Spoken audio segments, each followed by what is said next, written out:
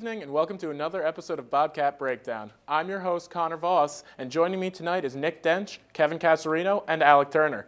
Tonight on Breakdown, we'll take a look at both soccer teams, see how both hockey teams are doing after starting their seasons, and we'll sit down to talk to men's hockey assistant captain Kellen Jones. We'll also talk to field hockey's Jess Rusin, who's also a team captain, on breaking the program goal record. We will start on the pitch. This week, the men's soccer team traveled all the way to Niagara to face the Niagara Purple Eagles, and despite the long trip, they were able to come away with a MAAC road win, beating the Purple Eagles 1-0. So guys, the Bobcats are 2-0-1 in their last 3 games, and have not allowed a single goal in that span. Is this a sign of things to come in the MAAC, or was it just a result of easy competition? Yeah, I think it's a sign of things to come. They're a very strong defensive team, and that's been their forte the last 2 years now. Borja and Goita has gotten better than last year, believe it or not. His goals against is way down. His save percentage is way up. That's not something you see from a sophomore to a junior year, and he's just gotten so much better. They just need to find another scorer. Simon Hind is the only guy on this team who can score, and they need to find supporting cast if they want to be successful in the MAAC throughout the season. Okay. Kevin?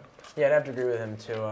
The 3 last games, there's been no goals for the other teams that have been playing the Bobcats, so you have to look at that as a positive, as well as how we're starting to finally score. So it's looking up for the Bobcats.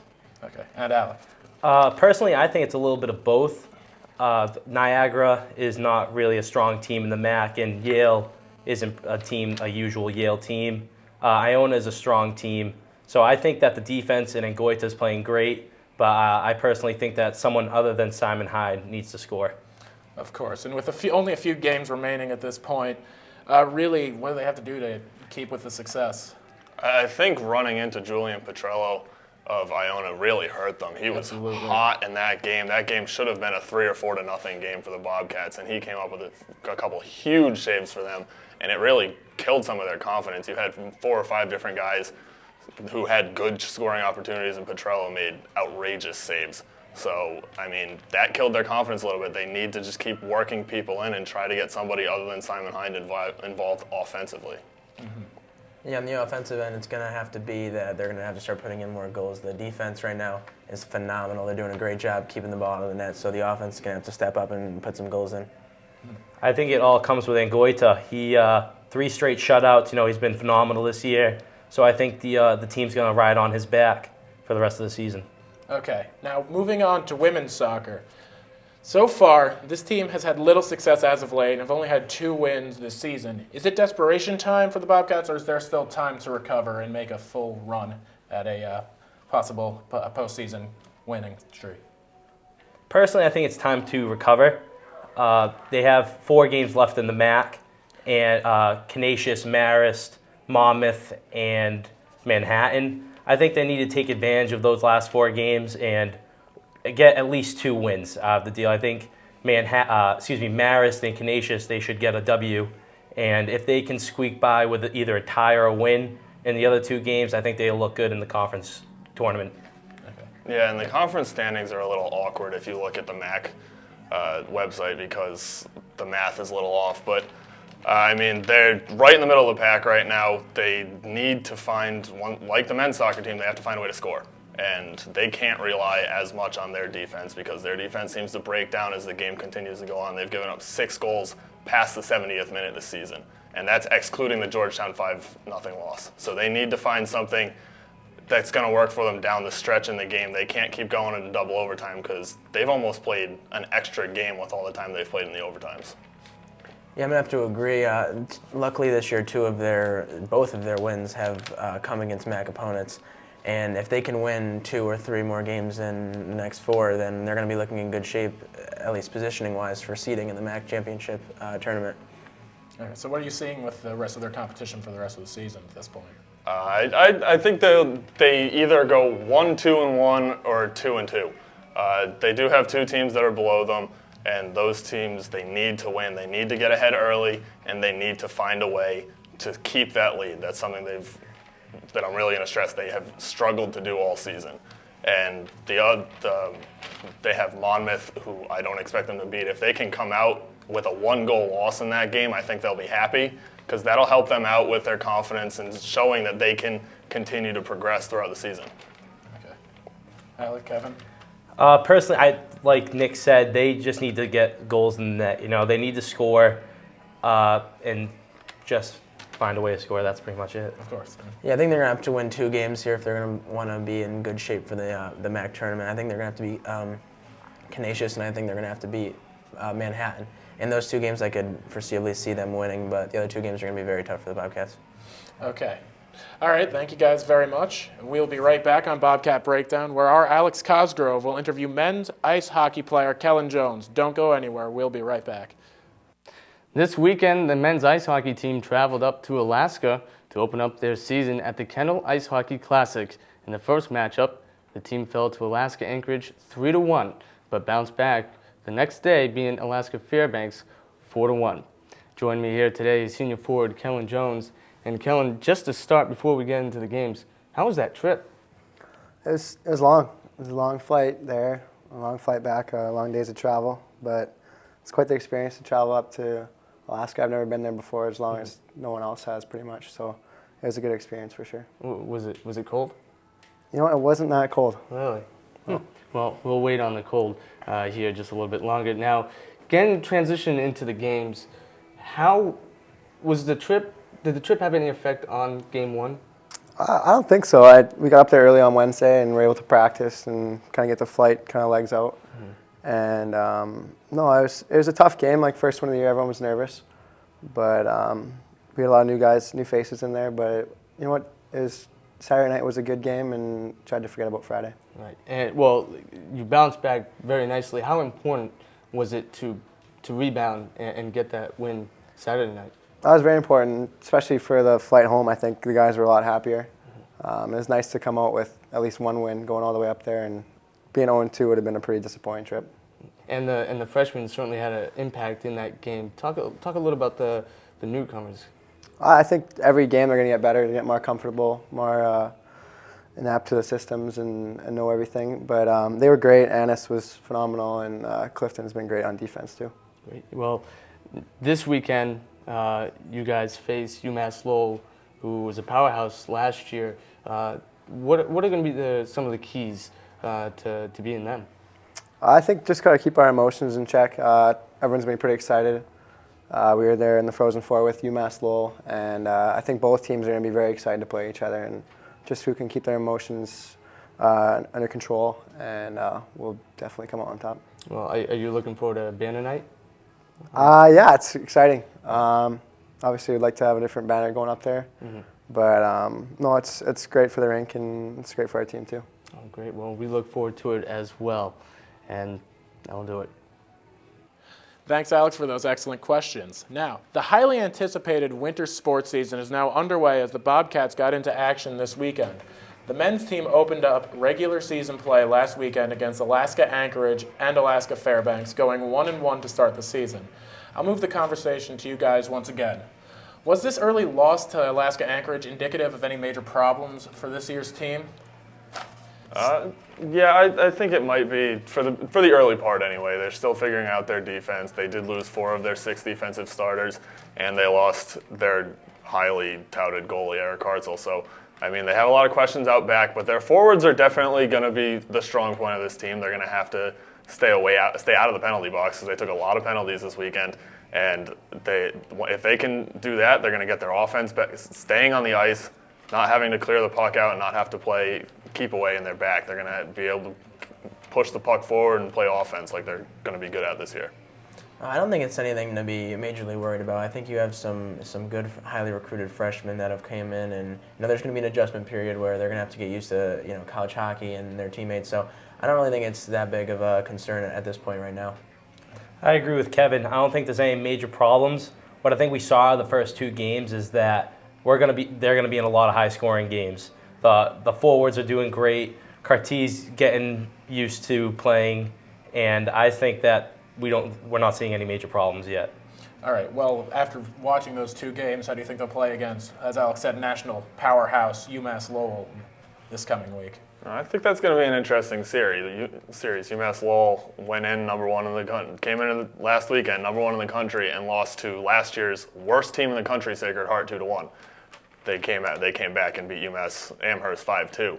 So I mean, it's gonna be an interesting series. It's two teams who were both in the Frozen Four last year. It's two teams who have shown that they can score and shown they can play good defense. So it's just a matter of figuring out which teams are going to show up for both of those, for that matchup early on in the season. Yeah, I agree. It's going to be a great couple games. What the major point is that Quinnipiac did not lose to a bad team. Alaska is a very formidable opponent, and that loss is nothing to be looked down very much upon. So I think that's going to be a good series with UMass Lowell. I think we're going to see two great games this weekend against UMass Lowell.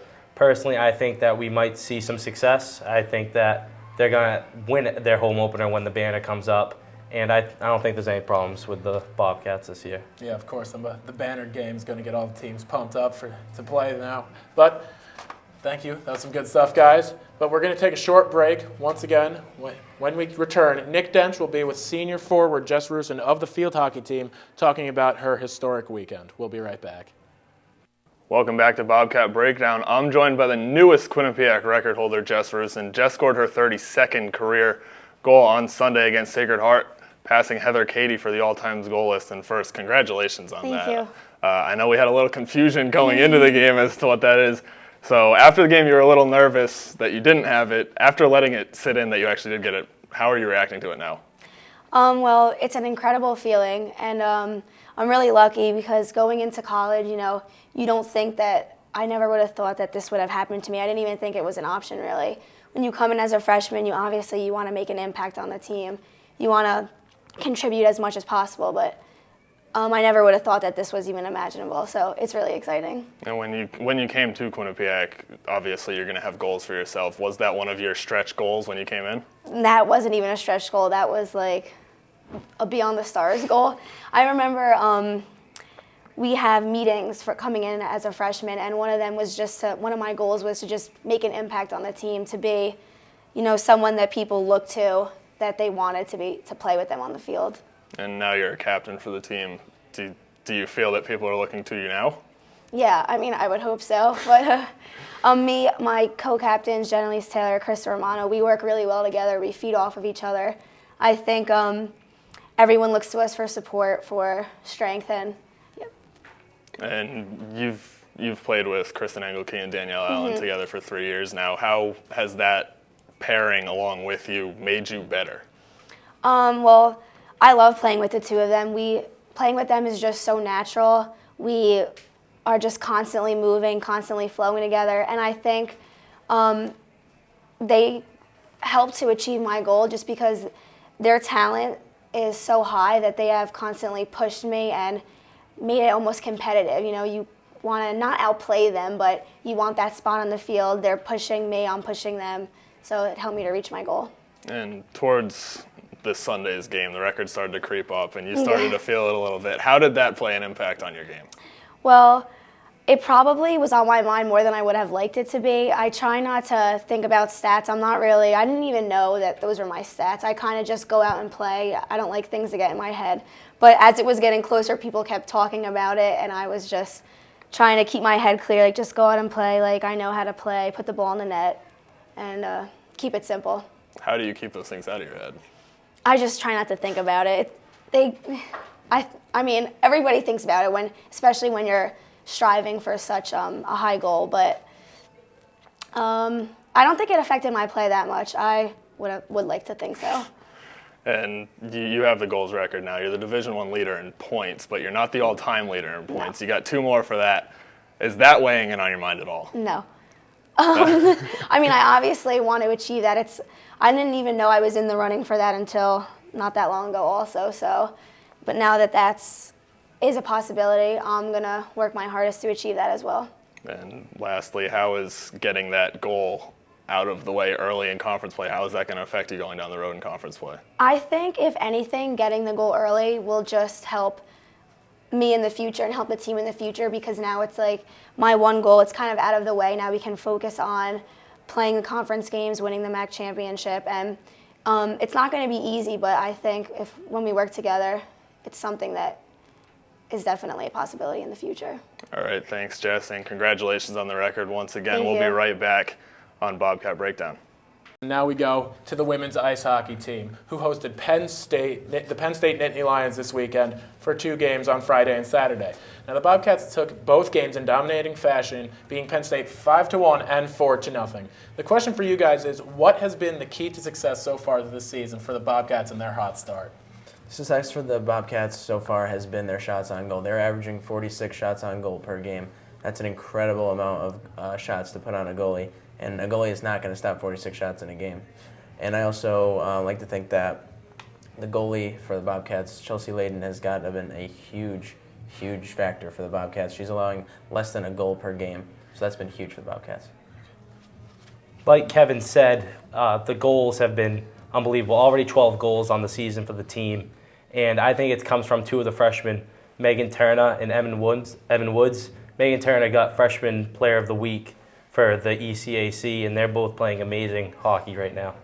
Yeah, I think it's the balanced scoring, including Emma Woods and Megan Turner, both of which actually have ECAC Rookie of the Week on their record already, and we're 2 weeks into the season. And Chelsea Layden posting a .49 save percentage, goals against, and a .977 save percentage. So those are absurd numbers, taking Victoria Vigilante's spot.